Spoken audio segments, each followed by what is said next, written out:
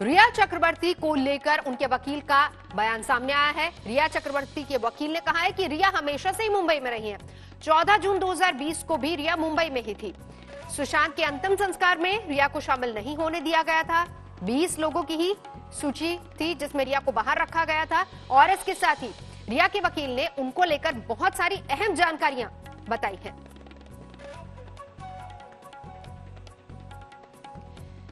तो रिया के वकील का कहना है हमेशा से मुंबई में रही है रिया, और जहां तक सुशांत के अंतिम संस्कार की बात है तो उसमें क्योंकि कोरोना की वजह से 20 ही लोगों को आने की इजाजत थी और उसमें रिया को बाहर रखा गया था, इजाजत नहीं दी गई थी। काफी अहम जानकारियां दी हैं रिया के वकील ने। बिहार पुलिस जब मुंबई आई तब सुप्रीम कोर्ट गई थी रिया। आपको बता दें पहले रिया चक्रवर्ती कह रही थी कि मुंबई पुलिस पर भरोसा नहीं है, फिर उसके बाद रिया चक्रवर्ती सुप्रीम कोर्ट चली जाती है कि मामला बिहार नहीं बल्कि मुंबई में ही ट्रांसफर होना चाहिए। पेज बहुत सारे इस मामले को लेकर सुशांत सिंह राजपूत सुसाइड मिस्ट्री की जांच में मुंबई पुलिस पर घोर लापरवाही का आरोप लग रहा है। अब सुशांत के पिता के सिंह ने एक सनसनीखेज खुलासा करते हुए कहा है कि उन्होंने 25 फरवरी को बांद्रा पुलिस को आगाह कर दिया था कि उनके बेटे की हत्या हो सकती है, लेकिन मुंबई पुलिस ने कुछ नहीं किया। जवाब में मुंबई पुलिस कह रही है कि वो व्हाट्सएप से शिकायत नहीं लेती।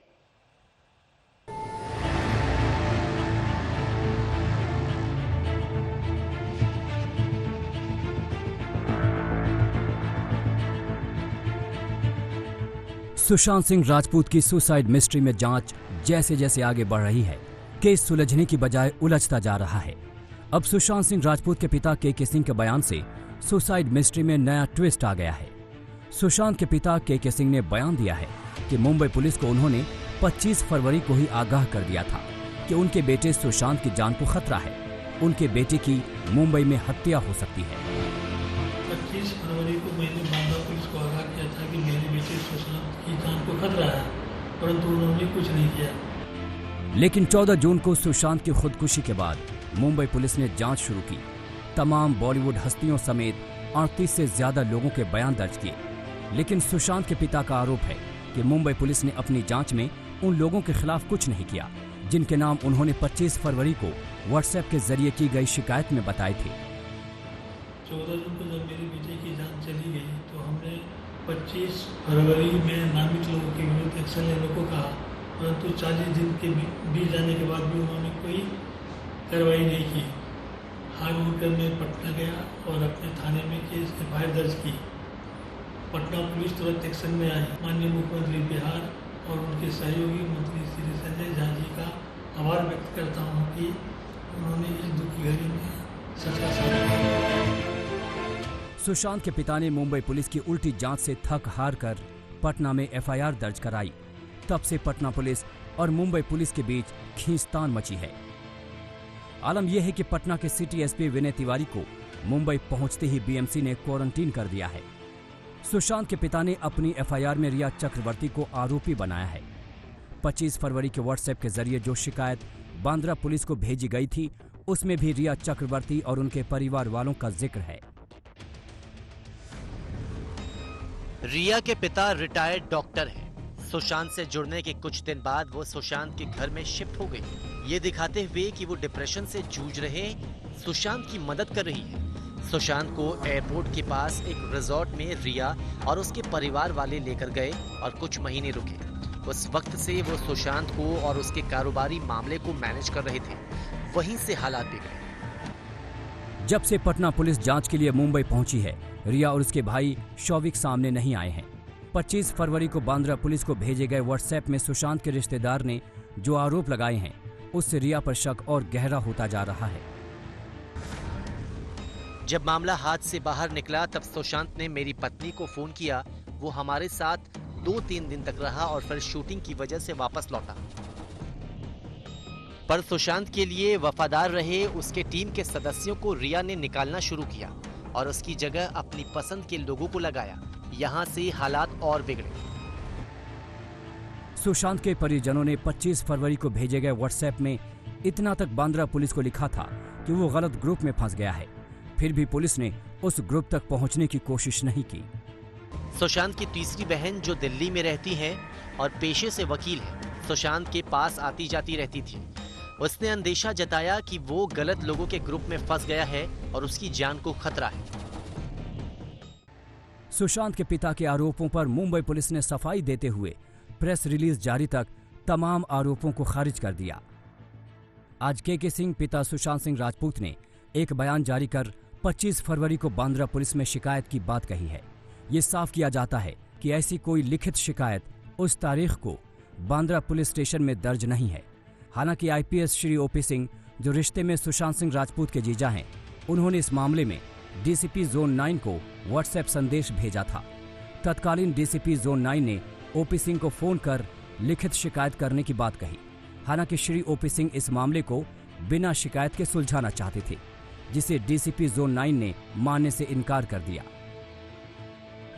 उधर रिया और सुशांत के कॉमन फ्रेंड सिद्धार्थ पिठानी ने मुंबई पुलिस को बयान दिया है कि उसके परिवार के लोग सुशांत के मित्र मंडली से खुश नहीं थे। इस बीच सुशांत के पिता के वकील विकास सिंह ने केस सीबीआई को सौंपने की मांग की है। उनका कहना है कि जिस तरह से मुंबई पुलिस जांच में रोड़े अटका रही है, इस केस की निष्पक्ष जांच संभव नहीं है। पटना से सुजीत झा के साथ साहिल जोशी, मुंबई आज तक। और उधर बिहार के आईपीएस ऑफिसर को मुंबई में क्वारंटीन किए जाने से सुशांत केस में सियासी घमासान और तेज हो गया है। मुंबई पुलिस पर सवाल उठ रहे हैं कि आखिर क्या वजह है कि वो इस केस से बिहार पुलिस को दूर करना चाहती है। मुंबई में क्वारंटीन किए गए बिहार के आईपीएस अफसर पर महाराष्ट्र सरकार क्या फैसला करेगी? क्या विनय तिवारी की तरह बिहार के बाकी 4 पुलिसकर्मी भी क्वारंटीन कर दिए जाएंगे? क्या सुशांत सिंह की मौत की जांच के नाम पर 2 राज्यों में खुल्लम खुल्ला मचे इस घमासान पर केंद्र दखल देगा? इन सारे सवालों का जवाब आज मिल सकता है।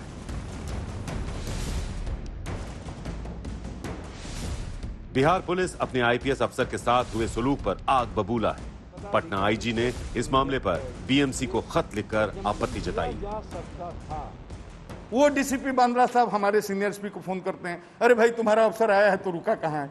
आईपीएस में इसमें जगह नहीं मिली। सीनियर एसपी कहता है जगह नहीं मिली। अच्छा कहाँ रुका है? ये बता देता है कि यहाँ रुका है। अब जैसे बताता है उसके 1 घंटे के अंदर वहाँ बीएमसी के ऑफिशियल पहुंच जाते हैं।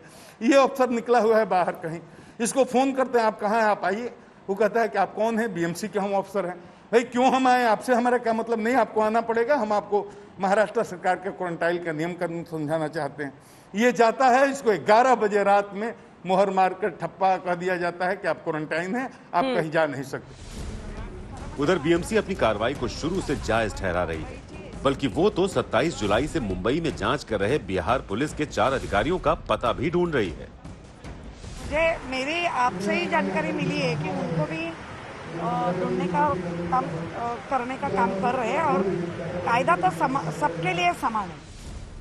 27 जुलाई से अब तक बिहार पुलिस के 4 अधिकारी मुंबई के एक कोने से दूसरे कोने घूम घूम कर सुशांत सिंह की मौत के मामले की जांच कर रहे हैं। उन पर न तो कोरोना का नियम लागू हुआ, न क्वारंटीन का। लेकिन जैसे ही एक आईपीएस अफसर पटना से मुंबई पहुंचे, बीएमसी के अमले ने उन्हें गेस्ट हाउस में ही क्वारंटीन कर दिया, हाथ पर ठप्पा लगाकर। ये बात किसी को हजम नहीं हो रही। ये जो प्रक्रिया हुई है क्वारंटीन की, ये थोड़ा सा हमारी टीम के साथ भी नहीं, और लोगों के साथ भी नहीं, इतने लोग आ रहे हैं और शायद हम ऑफिसर ऑन ड्यूटी हैं, तो वो देखते हुए भी कुछ इसमें रियायत दी जा सकती थी। तो वो सब थोड़ा सा मन दुखी करने वाला जरूर है, लेकिन कुछ ना कुछ समाधान निकले। टीम से भी नहीं मिल पा रहे होंगे आप? नहीं, होम क्वारंटाइन का अर्थ जो होता है उसको फॉलो करना है, जो डायरेक्शन मिल जाएंगे वो फॉलो करना। महाराष्ट्र सरकार की ओर से दलील दी जा रही है कि बिहार के आईपीएस को क्वारंटीन करने से मुंबई पुलिस का कोई लेना देना नहीं है। लेकिन माना यही जा रहा है, उद्धव सरकार की सारी एजेंसियां इस मामले में एक तय लकीर पर ही चल रही हैं। इतने बवाल और तमाशे के बावजूद मुंबई पुलिस अभी भी अपने इसी दावे पर अड़ी है कि बिहार पुलिस को सुशांत मामले की जांच का कानूनी अधिकार नहीं है। तो उन्होंने जो आके हमारे पास हमसे डॉक्यूमेंट्स वगैरह शेयर करने को कहा है, हमने उसके बारे में लीगल ओपिनियन मांगा है। यदि बिहार पुलिस के पास कोई ऐसी कानूनी जानकारी है कि जिसके हिसाब से उनको मुंबई में इन्वेस्टिगेशन करने का अधिकार मिल गया है ऐसी घटना के बारे में जो कि मुंबई की जुरिसडिक्शन में हुई है, तो हम अवश्य ही चाहेंगे कि वो कानूनी पॉइंट, लीगल पॉइंट हमसे शेयर करें ताकि हम भी उस पर आगे कार्रवाई कर सकें। बिहार पुलिस के साथ हुए सलूक पर बिहार में कोहराम मचा हुआ है। अफसरों से लेकर नेता, मंत्री, विधायक सब एक सुर में महाराष्ट्र सरकार के रवैये पर हमलावर हैं। खुद नीतीश भी खुलकर नाराजगी जता चुके हैं। हालांकि उद्धव दावा कर रहे थे कि मामले को जानबूझकर बिहार बनाम महाराष्ट्र का रंग दिया जा रहा है, लेकिन उनकी अपनी एजेंसियों के रवैये पर वो खामोश हैं। मुंबई से दिव्येश सिंह, सौरभ वक्तानिया, सुजीत झा और पटना से रोहित सिंह के साथ आज तक ब्यूरो। सुशांत की डेथ मिस्ट्री को लेकर सोमवार को मुंबई पुलिस कई सवालों के जवाब देने सामने आई, लेकिन न जाने क्यों मुंबई पुलिस का हर जवाब ऐसा था जैसे वो रिया को क्लीन चिट दे रहे हों।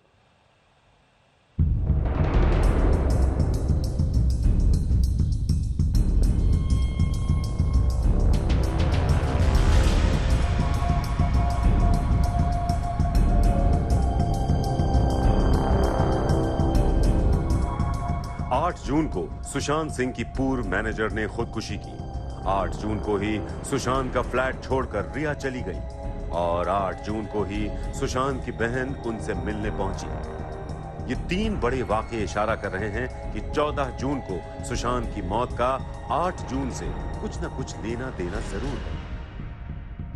लेकिन मुंबई पुलिस को इन तथ्यों से कोई थ्योरी नहीं मिल रही, बल्कि उसका दावा है कि 8 जून को रिया इसलिए घर छोड़कर चली गई क्योंकि वो खुद डिप्रेशन में थी।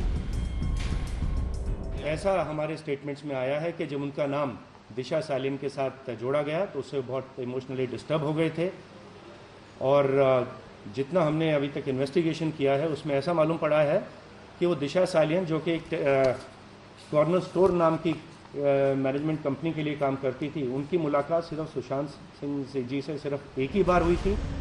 मुंबई पुलिस ने मौत से पहले सुशांत की इंटरनेट सर्च हिस्ट्री का बही खाता भी निकाल लिया है। इसके मुताबिक सुशांत ने ज्यादातर वक्त इंटरनेट पर बाइपोलर डिसऑर्डर, स्किज़ोफ्रेनिया, दर्द के बिना मौत और खुद अपने बारे में सर्च किया।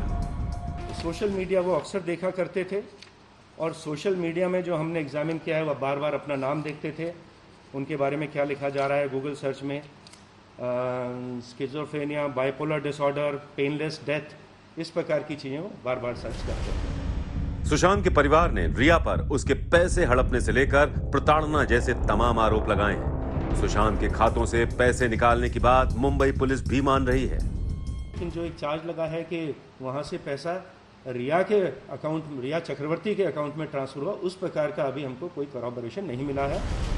जांच और जांच पर जारी सियासत के बीच आज तक की टीम लोनावाला के उस बंगले तक पहुंची जो सुशांत ने 2 साल के लिए किराए पर लिया था। सुशांत अपनी व्यस्त जिंदगी से वक्त निकालकर छुट्टियां मनाने यहां आते थे। बताया जा रहा है कि सुशांत की बहन मीतू का भी इस बंगले में आना जाना था, लेकिन सुशांत की मौत के बाद उन्होंने ये बंगला खाली कर दिया।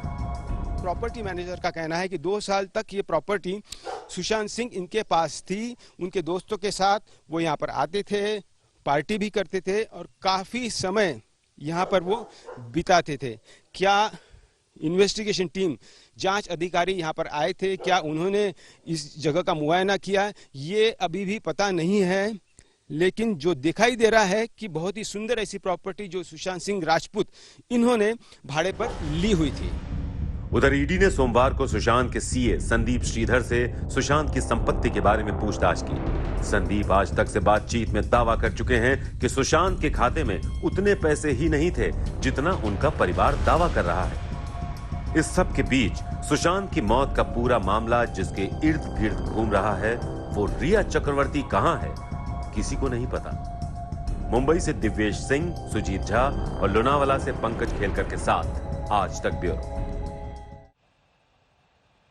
और इस बीच एक और आपको खबर अपडेट कर दें कि इस मामले की सीबीआई जांच हो या नहीं हो, केस क्या सीबीआई को ट्रांसफर होना चाहिए या नहीं, इसको लेकर आज हाईकोर्ट में सुनवाई होनी है। सुशांत के सीबीआई जांच पर आज बॉम्बे हाईकोर्ट सुनवाई करेगा। क्या ये मामला सीबीआई सुलझाए, क्या ये मामला सीबीआई को दिया जाए या नहीं। और इससे पहले आपको बता दें कि कल भी हमने देखा था किस तरीके से बिहार विधानसभा में भी सुशांत के भाई जो कि विधायक भी हैं, उन्होंने ये मामला उठाया था, कहा था कि मामले की सीबीआई जांच होनी चाहिए। बिहार के मुख्यमंत्री नीतीश कुमार कह चुके हैं कि इस पर विचार किया जा सकता है। मुंबई से अगली खबर, जहां पर रात भर बारिश हुई है, मुंबई पानी पानी हो गई है। निचले इलाके लबालब पानी से भरे हुए हैं। किंग सर्कल की सड़कों पर 2 फीट तक पानी जमा है।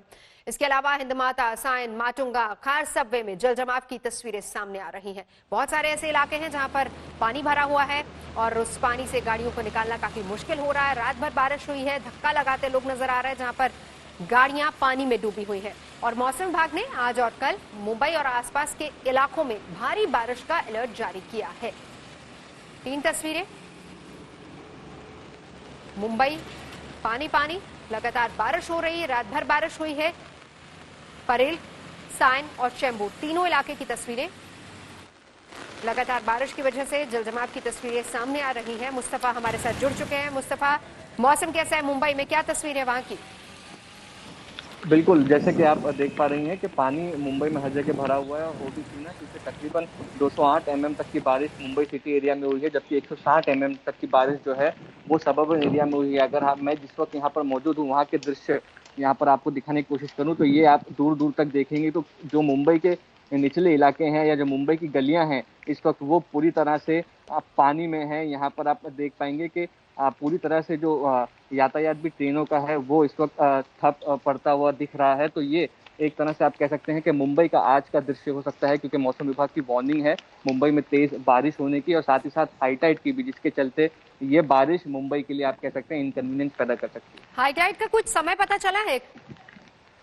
12:40 का समय बीएमसी की तरफ से बताया गया है हाई टाइड को। इसी के साथ साथ बीएमसी ने एडवाइजरी भी जारी की है लोगों को कि समंदर के पास ना जाए, समुद्री इलाकों में ना जाए और जितना हो सके घर पर ही रहें। हालांकि काफी लो लाइंग एरिया है जहां पर पानी अक्सर हम देखते हैं कि जरा सी बारिश के बाद वहां भर जाता है मुस्तफा, लेकिन फिलहाल एहतियातन क्या कुछ एडवाइजरीज जारी की गई है बीएमसी की तरफ से? बिल्कुल, आज मुंबई में सिर्फ लो लाइंग एरियाज में ही नहीं बल्कि मुंबई के लगभग हर इलाके में वाटर लॉगिंग हुई है।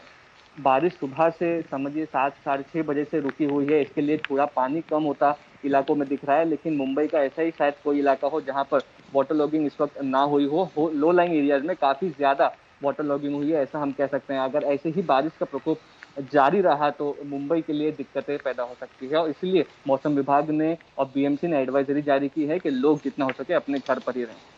नजर बना रहे की मुस्तफा, शुक्रिया। और 12 बजे के आसपास हाई टाइड की भी चेतावनी है। आज और कल भारी बारिश का अलर्ट है। इस बीच ये तमाम तस्वीरें जो मुंबई से आ रही हैं जिसमें रात भर बारिश के बाद जलजमाव की तस्वीरें, चाहे वो साइन का इलाका हो, चेंबूर हो, लोअर परेल हो, हर जगह से ऐसी तस्वीरें सामने आ रही हैं।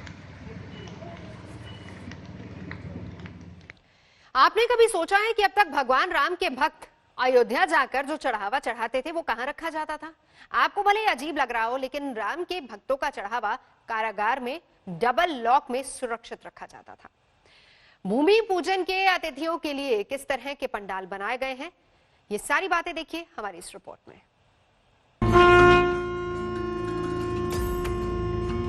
अयोध्या नगरी को आपको देखना है अगर, तो यहां से देखिए और आपको पता चलेगा कि जो धर्म ध्वजाएं लहरा रही हैं और पीले रंग से रंगी हुई अयोध्या नगरी दिख रही है, तो वो कैसी तस्वीर है। वो पूरा मार्ग यहाँ से आपको साफ साफ दिखता है।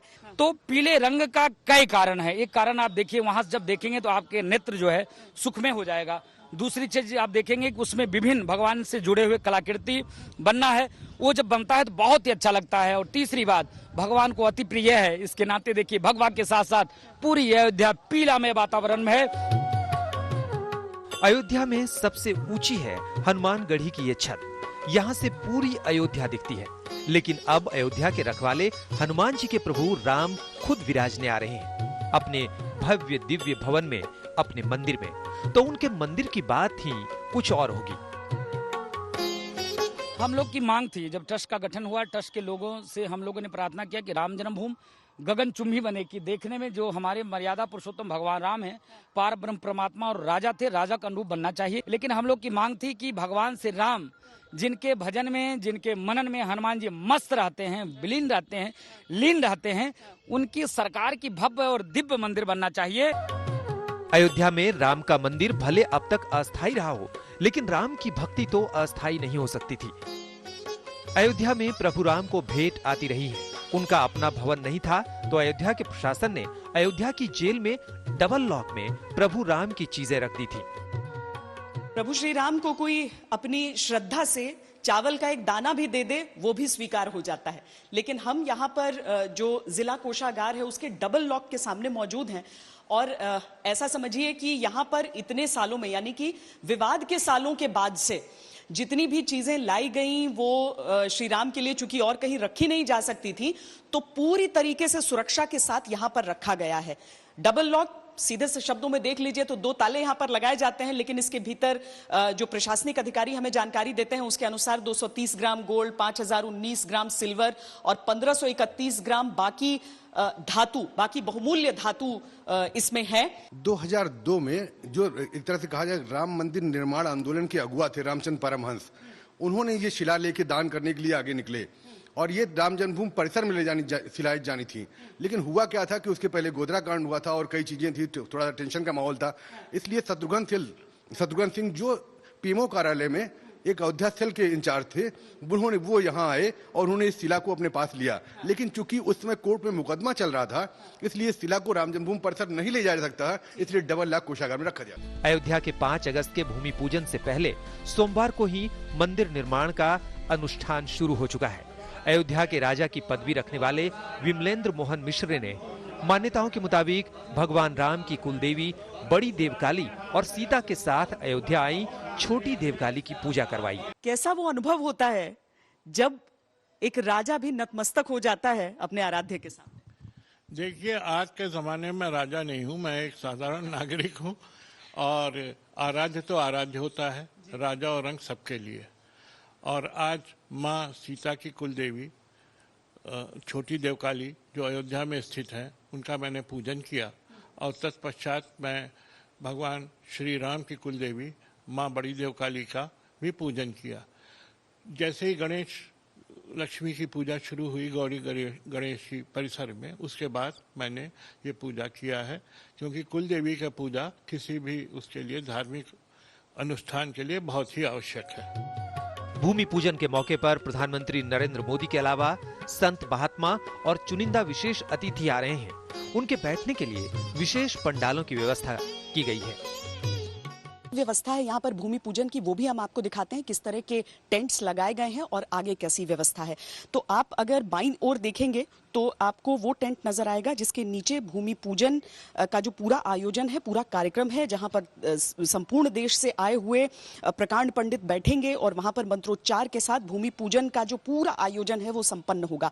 और साथ ही सुरक्षा की जो रेखाएं आप देख रहे हैं यहाँ पर, जो पीले ग्रिल्स हैं, वो हमेशा हमेशा यहाँ पर उस भूमि को रेखांकित करने का जरिया रहे हैं। अब सबको बस उम्मीद है कि अच्छे से यहाँ पर पूजा पाठ हो। विवाद का जो टैग है वो तो सुप्रीम कोर्ट के फैसले के बाद खत्म हो चुका है, लेकिन अब अयोध्या एक नए सवेरे का इंतजार कर रही है, अपने रामलला की सदियों सदियों के वनवास को पूरे होने की प्रतीक्षा कर रही है। बनवीर सिंह और कैमरा पर्सन सैयद मोहसिन के साथ श्वेता सिंह, अयोध्या आज तक।